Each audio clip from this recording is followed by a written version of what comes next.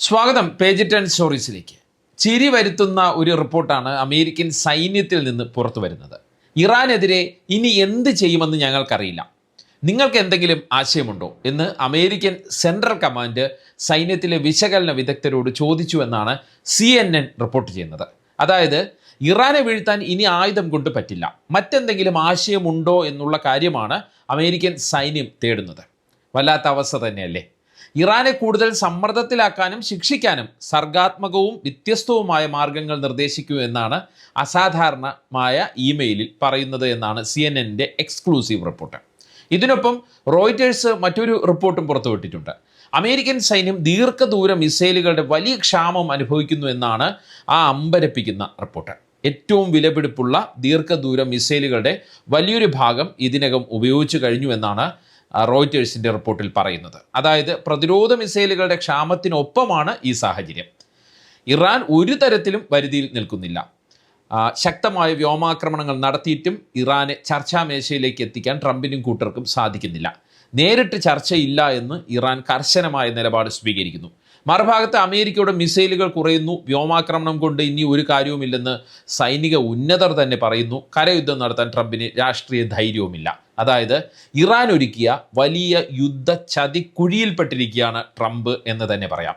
വിയറ്റ്നാമിലും ഇറാഖിലും അഫ്ഗാനിസ്ഥാനിലും American പ്രസിഡന്റുമാർ വീണുപോയ അതേ പിഴവിലേക്ക് ട്രംപും നീങ്ങുകയാണോ? ഇറാനെ നേരിടാൻ പുതിയ ആശയങ്ങളില്ലാത്ത പരിതാപകരമായ സ്ഥിതിയിലാണോ അമേരിക്കൻ സൈന്യം? CNN റോയിറ്റേഴ്സ് റിപ്പോർട്ടുകളുടെ അടിസ്ഥാനത്തിൽ ഈ സാഹചര്യങ്ങളെ പരിശോധിക്കുകയാണ് ഈ വീഡിയോയിലൂടെ. വാർത്തകളുടെ ഉള്ളറിയാം. നമുക്ക് ഓരോ കാര്യങ്ങളായി പരിശോധിക്കാം. അതിനു മുമ്പ് മറ്റൊരു അപ്ഡേറ്റ് പറയാനുള്ളത് ഇറാൻ ഹോർമൂസിൽ വീണ്ടും കപ്പലിനെ ആക്രമിച്ചു എന്നുള്ള കാര്യമാണ്. തങ്ങൾ പറയുന്നത് അനുസരിക്കാതെ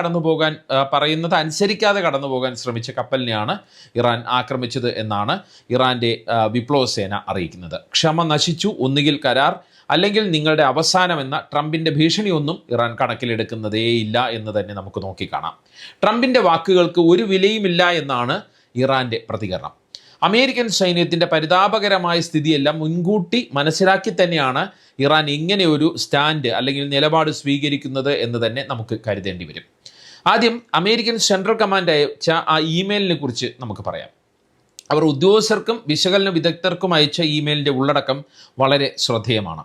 ഇറാനെ കൂടുതൽ സമ്മർദ്ദത്തിലാക്കാൻ പതിവ് രീതികൾക്കപ്പുറം പുതിയ ആശയങ്ങൾ വേണമെന്നാണ് ഈ ഇമെയിലിൽ ആവശ്യപ്പെട്ടിരിക്കുന്നത്. പരമ്പരാഗത സൈനിക തന്ത്രങ്ങൾ പരാജയപ്പെട്ടതോടെയാണ് ഈ നീക്കം എന്നുള്ള കാര്യം നമുക്ക് ഈ ഇമെയിലിൻ്റെ ആശയത്തിൽ നിന്ന് വ്യക്തമാണ്. സൈനിക ചരിത്രത്തിൽ തന്നെ ഇത്തരമൊരു നടപടി അപൂർവമാണ് എന്നാണ് സൈനിക വിദഗ്ധർ തന്നെ പറയുന്നത്. സാധാരണയായി യുദ്ധപദ്ധതികൾ മുകളിൽ നിന്ന്, അതായത് മുതിർന്ന ഉദ്യോഗസ്ഥ തലത്തിൽ നിന്ന് താഴേക്കാണ് എത്തുന്നത്. താഴെ തട്ടിലുള്ളവർ ഈ യുദ്ധപദ്ധതികൾ നടപ്പാക്കുകയാണ് ചെയ്യുന്നത്. എന്നാൽ ഇത്തവണ നേരെ തിരിച്ചാണ് കാര്യങ്ങൾ. എല്ലാ തരത്തിലുമുള്ള ഉദ്യോഗസ്ഥർ നിർദ്ദേശങ്ങൾ നൽകണമെന്നാണ് അമേരിക്കൻ സെൻട്രൽ കമാൻഡിൻ്റെ മെയിലിൽ പറയുന്നത്. ട്രംപിൻ്റെയും കൂട്ടരുടെയും കൈവശം ഇനി മറ്റ് സൈനിക വഴികളൊന്നുമില്ല എന്നതിൻ്റെ വ്യക്തമായ സൂചനയാണ് ഈ ഇമെയിൽ എന്ന് നമുക്ക് ഉറപ്പിച്ച് പറയാം. CNN വാർത്തയോട് സെൻകോം വക്താവ് ക്യാപ്റ്റൻ തിമോത്തി ഹോക്കിൻസ് പ്രതികരിച്ചത് ഇങ്ങനെയാണ്: എല്ലാ തലങ്ങളിലുമുള്ള സൈനികരിൽ നിന്നും പുതിയ ആശയങ്ങൾ സ്വീകരിക്കുന്നത് പ്രവർത്തന മികവ് കൂട്ടാനാണ് എന്നാണ് അദ്ദേഹം പ്രതികരിക്കുന്നത്. പക്ഷേ സത്യം അതല്ല എന്നുള്ള കാര്യം ഉറപ്പാണ്. തുടർച്ചയായ വ്യോമാക്രമണങ്ങൾ കൊണ്ട് മാത്രം ഇറാനെ കീഴ്പ്പെടുത്താൻ കഴിയില്ലെന്ന് CIA, DIA തുടങ്ങിയ അമേരിക്കൻ രഹസ്യാന്വേഷണ ഏജൻസികൾ ട്രംപിന് റിപ്പോർട്ട് നൽകിയിട്ടുണ്ട്. Joint chief of staff chairman Dan കെയ്നും, അതായത് അമേരിക്കൻ സൈന്യത്തിൻ്റെ തലവൻ ഡാൻ കെയ്നും സമാനമായ റിപ്പോർട്ടാണ് ട്രംപിന് നൽകിയിരിക്കുന്നത്. ജനറൽ കെയ്ൻ തുറന്നു പറയുന്നത് എയർ പവർ ഹാസ് ലിമിറ്റ്സ് എന്നാണ്. അതായത് ഇറാനിൽ വ്യോമാക്രമണങ്ങൾക്ക് പരിമിതി ഉണ്ട് എന്നാണ് അദ്ദേഹം തുറന്നു പറയുന്നത്. കാരണം കഴിഞ്ഞ ദിവസം നമ്മൾ ചർച്ച ചെയ്ത കാര്യം തന്നെയാണ്. ഇറാൻ്റെ പ്രധാന സൈനിക കേന്ദ്രങ്ങളെല്ലാം, ആണവ നിലയങ്ങളെല്ലാം ഭൂമിക്കടിയിലാണ്. അതായത് തന്ത്രപ്രധാനമായ കേന്ദ്രങ്ങളെല്ലാം ഭൂമിക്കടിയിലാണ്. കേവലം വ്യോമാക്രമണങ്ങൾ കൊണ്ട് അതിന് ഒന്നും ചെയ്യാൻ കഴിയില്ല. ഇതിനായി കരസൈന്യത്തെ അല്ലെങ്കിൽ കരസേനയെ ഇറക്കേണ്ടി വരും. എന്നാൽ നിലവിൽ 18 അമേരിക്കൻ സൈനികർ കൊല്ലപ്പെട്ട യുദ്ധത്തിൽ കരയുദ്ധത്തിലേക്ക് കാര്യങ്ങളെ കൊണ്ടുപോകുന്നത് വലിയ ജീവഹാനിക്കും സാമ്പത്തിക നഷ്ടത്തിനും കാരണമാകും എന്ന മുന്നറിയിപ്പ് ഉള്ളതുകൊണ്ട് ട്രംപ് മടിക്കുകയാണ്. മാത്രമല്ല അമേരിക്ക അവസാനമില്ലാത്ത യുദ്ധത്തിൽ നിന്ന് രക്ഷിക്കുമെന്ന് വാഗ്ദാനം നൽകിയാണ് ട്രംപ് അധികാരത്തിലെത്തിയത്.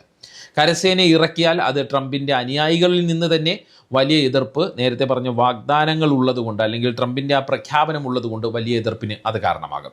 നവംബറിൽ ഇടക്കാല തെരഞ്ഞെടുപ്പ് വരുന്ന പശ്ചാത്തലത്തിൽ അങ്ങനെ ഒരു എതിർപ്പ് സ്വന്തം പക്ഷത്ത് നിന്ന് തന്നെ ഉയർന്നു വന്നാൽ ട്രംപിന് അത് ആത്മഹത്യാപരമാണ്, ട്രംപിൻ്റെ പാർട്ടിക്ക് അത് ആത്മഹത്യാപരമാണ്. ഇനി നമുക്ക് റോയിറ്റേഴ്സിൻ്റെ റിപ്പോർട്ടിലേക്ക് പോയാൽ 5 മാസത്തെ തീവ്രമായ യുദ്ധത്തിൽ അമേരിക്കൻ സൈന്യം തങ്ങളുടെ അത്യാധുനിക ദീർഘദൂര മിസൈലുകളിൽ ഭൂരിഭാഗവും ഉപയോഗിച്ചു കഴിഞ്ഞു എന്നാണ് റോയിറ്റേഴ്സിൻ്റെ റിപ്പോർട്ടിൽ പറയുന്നത്. പ്രസിഷൻ സ്ട്രൈക്ക് മിസൈലുകൾ അല്ലെങ്കിൽ പ്രിസം എന്നറിയപ്പെടുന്ന മിസൈലുകൾ, ഈ മിസൈലുകളുടെ ലഭ്യമായ ആകെ ശേഖരത്തിൻ്റെ 45% ഇറാനെതിരെ അമേരിക്ക ഉപയോഗിച്ചു കഴിഞ്ഞു. ദീർഘദൂര ആക്രമണങ്ങൾക്ക് ഉപയോഗിക്കുന്ന എറ്റാക്കാംസ് മിസൈലുകളും ഭൂരിഭാഗവും തീർന്നുവെന്നാണ് റിപ്പോർട്ട്. മാത്രമല്ല, കപ്പലുകളിൽ നിന്നും അന്തർവാഹിനികളിൽ നിന്നും തൊടുക്കാൻ കഴിയുന്ന ടോമോഹാക്ക് ക്രൂയിസ് മിസൈലുകളുടെ ആഗോള ശേഖരത്തിൽ പകുതിയോളവും ഉപയോഗിക്കപ്പെട്ടു എന്നാണ് റോയിറ്റേഴ്സിൻ്റെ റിപ്പോർട്ടിൽ പറയുന്നത്. പ്രതിരോധ മിസൈലുകളായ പാട്രിയോട്ട്, താഡ് എന്നിവയുടെ ശേഖരത്തിൽ 38 മുതൽ 65% വരെ കുറവ് വന്നതായി സ്ട്രാറ്റജിക് ആൻഡ് ഇൻ്റർനാഷണൽ സ്റ്റഡീസ് നേരത്തെ തന്നെ വ്യക്തമാക്കിയിരുന്നു. അതായത് ആക്രമണ ആയുധങ്ങൾ മാത്രമല്ല, പ്രതിരോധശേഷിയും അമേരിക്കൻ സൈന്യത്തെ സമ്മർദ്ദത്തിലാക്കുന്നു എന്ന് പറയാം. പ്രതിരോധശേഷിയും ഇല്ലാത്ത അവസ്ഥയിലേക്കാണ് അമേരിക്കൻ സൈന്യം ഇറാൻ കാരണം പോകുന്നത് എന്ന് തന്നെ പറയാം. ഒരു മിസൈലിന് $10 ലക്ഷത്തിലധികം, അതായത് ഏകദേശം 8 കോടി രൂപ ചെലവ് വരുന്ന ഇത്തരം അത്യാധുനിക ആയുധങ്ങൾ തീർന്നു പോകുന്നത് ഭാവിയിൽ ചൈനയുമായോ റഷ്യയുമായോ ഉണ്ടാകാനിടയുള്ള സംഘർഷങ്ങളെ നേരിടാനുള്ള അമേരിക്കയുടെ ശേഷിയെ ബാധിക്കുമെന്നാണ് ഉന്നത സൈനിക ഉദ്യോഗസ്ഥർ ആശങ്കപ്പെടുന്നത്. ഇക്കാര്യം പ്രതിരോധ വിദഗ്ധർ മാധ്യമങ്ങളിലൂടെ ട്രംപിന് മുന്നറിയിപ്പ് നൽകുകയും ചെയ്യുന്നുണ്ട്. എന്നാൽ ട്രംപും പെൻറ്റഗണും ഈ വാർത്തകൾ നിഷേധിക്കുകയാണ്. ലോകത്ത് മറ്റാരേക്കാൾ കൂടുതൽ ആയുധങ്ങൾ അമേരിക്കയ്ക്കുണ്ട്, ആവശ്യത്തിൽ കൂടുതൽ മിസൈലുകൾ നിലവിലുണ്ട് എന്നാണ് ട്രംപ് പറയുന്നത്.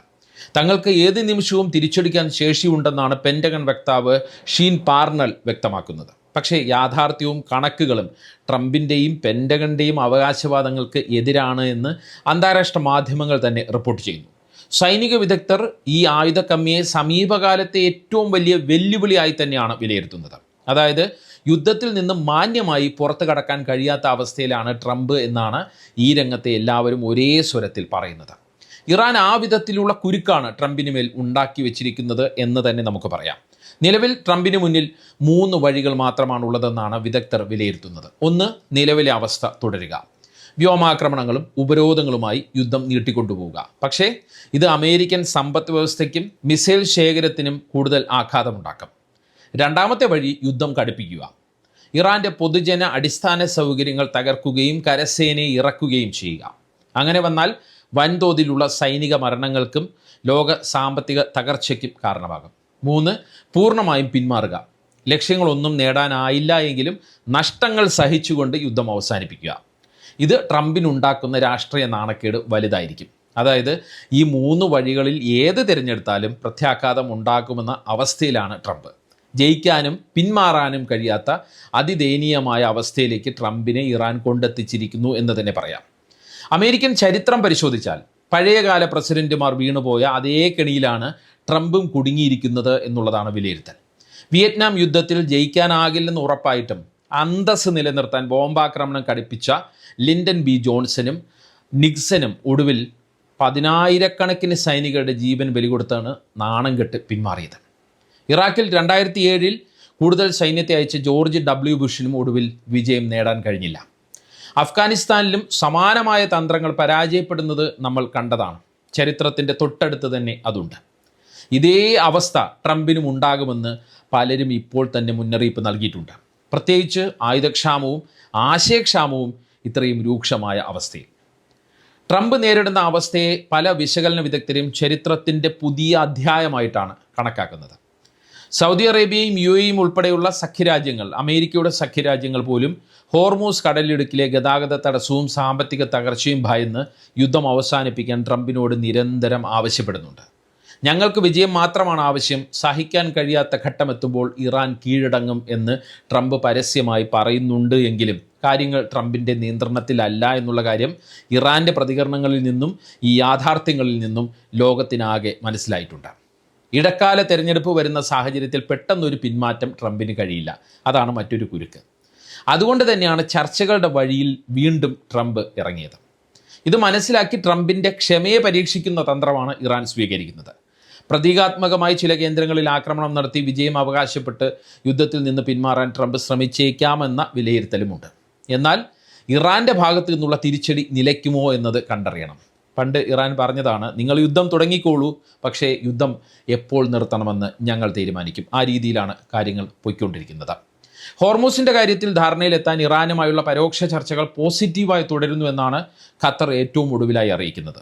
പക്ഷേ ഹോർമൂസിൻ്റെ കാര്യത്തിൽ ഒമാനുമായി തങ്ങൾ ധാരണയുടെ അടുത്താണ് എന്നാണ് ഇറാൻ്റെ പ്രതികരണം. ഹോർമൂസിൽ സർവാധികാരമാണ് ഇറാൻ ഇപ്പോൾ ആവശ്യപ്പെടുന്നത്. അത് തന്നാൽ, അതായത് ഹോർമൂസിൻ്റെ പൂർണ്ണമായ നിയന്ത്രണം തന്നാൽ എല്ലാം അവസാനിപ്പിക്കാമെന്നാണ് ഇറാൻ ഖത്തറിനെ അറിയിച്ചിരിക്കുന്നത്. അതായത് ഇറാൻ ഒരു നിലപാട് മാറ്റുന്നില്ല. വേണമെങ്കിൽ അമേരിക്ക നിലപാട് മാറ്റട്ടെ എന്നാണ് ഇറാൻ പറയാതെ പറയുന്നത്. ഇതാണ് ട്രംപിനെ കലിപ്പിലാക്കുന്നത്. പക്ഷേ കലിപ്പിലായിട്ടും കാര്യമില്ല, ആക്രമിക്കാൻ ആയുധങ്ങളില്ല എന്നതാണ് ട്രംപിൻ്റെ അവസ്ഥ. ഉറപ്പായും ഇറാൻ്റെ യുദ്ധതന്ത്രങ്ങൾ വല്ലാത്ത കുരുക്കിലാണ് ട്രംപിനെ എത്തിച്ചിരിക്കുന്നത് എന്ന് ഉറപ്പിച്ചു പറയാവുന്ന സ്ഥിതിയാണുള്ളത്. പുതിയ ആശയങ്ങൾ തേടി ഇമെയിൽ അയക്കേണ്ടി വരുന്ന അവസ്ഥ. ലോകത്തിലെ ഏറ്റവും വലിയ സൈനിക ശക്തി എന്ന് അവകാശപ്പെടുന്നവർ ഇങ്ങനെ ഒരു ഇമെയിൽ അയക്കേണ്ടി വരുന്ന അവസ്ഥ. ഇത് തന്നെയാണ് അമേരിക്ക ഇറാൻ യുദ്ധത്തിൽ ഇപ്പോൾ എത്തിയിരിക്കുന്ന ദയനീയതയുടെ നേർചിത്രം. ഈ വിഷയത്തിൽ എന്താണ് നിങ്ങളുടെ അഭിപ്രായം? കമൻറ്റ് ചെയ്യുക. മറ്റൊരു വാർത്തയുടെ ഉള്ളറിയിക്കുന്ന സിംപിളി ഇൻഡെപ്ത് വീഡിയോയുമായി വീണ്ടും കാണാം. ഞാൻ അൻഷാദ് മില്യാസ്, സൈനിങ് ഓഫ്.